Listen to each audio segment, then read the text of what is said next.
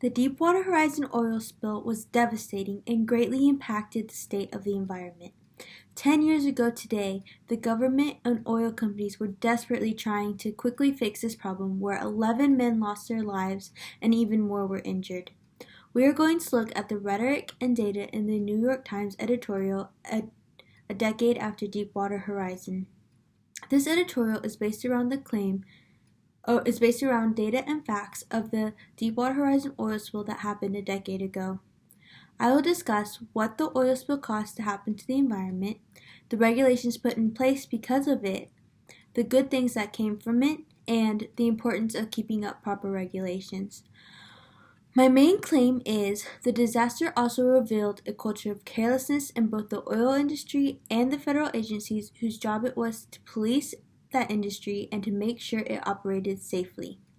It comes from at the end of the first paragraph, and it is a claim of fact because of the statement's culture of carelessness and whose job.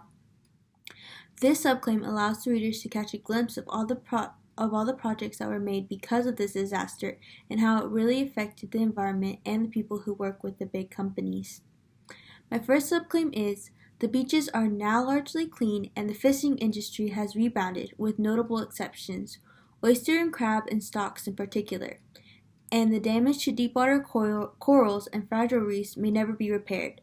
Truth is, the full toll on the Gulf and its marine life may not be known for years.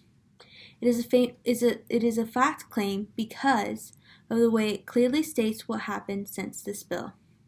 It is supported by more claims of fact by stating how much money the oil companies have put into this project.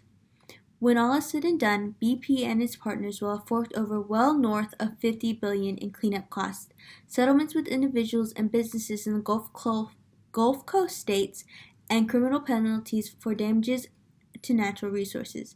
Because of all the neglect from the oil companies, they had to attempt to fix the problem with a lot of money. It is supported through an expert testimony by Director of the National Wildlife Federation, David Multh. He said he believes that BP money can turn things around and is happy it's beginning to flow. But without a steady progress, he says the sea is going to win the fight. Money will help keep these projects running, but they need constant upkeep. Money can only do so much. It is important to have people who care and put their efforts towards these projects of helping the environment. My second subclaim is the spill also triggered a long overdue examination of the oil business and its regulators. It is a value claim because of the words long overdue examination and implied a value of good work ethic. It is supported through fact of reports. Two major reports, one by Presidential Commission in January 2011 and another one later in the year by the National Academy of Engineering and National Research Council, found that the Deepwater Horizon explosion resulted from poor decisions by BP and its drilling partners, including a major miscalculation of the well's ability to withstand sudden increase in pressure, as well as misplaced faith in the ability of blowout preventers to seal off the wells in an emergency. Because of this, Obama set in place new regulations and better standards to prevent anything like this from happening again. It is also supported by the value. The administration also took aim at a long-standing and very cozy relationship between the oil companies and their overseers in the Interior Department. It is implied in calling out the companies and the people working for them overlooking all the problems in order to benefit themselves. This editorial makes people think about what is really important. We need people to focus on doing their jobs properly to prevent disasters like this from ever happening again. My third subclaim is a negative value claim. All well and good until Trump administration appointed Scott Angel to run the Interior Department's Bureau of Safety and Environmental Enforcement. It is supported by fact under his stewardship the blowout preventer and well control rules have been weakened and many staff members are reportedly demoralized. People continue to make poor decisions and neglect the importance of employees. It is again supported by expert testimony. Environmentally minded groups like the Center of Americans' Progress believe that the agency is on its way to becoming recaptured by the oil companies.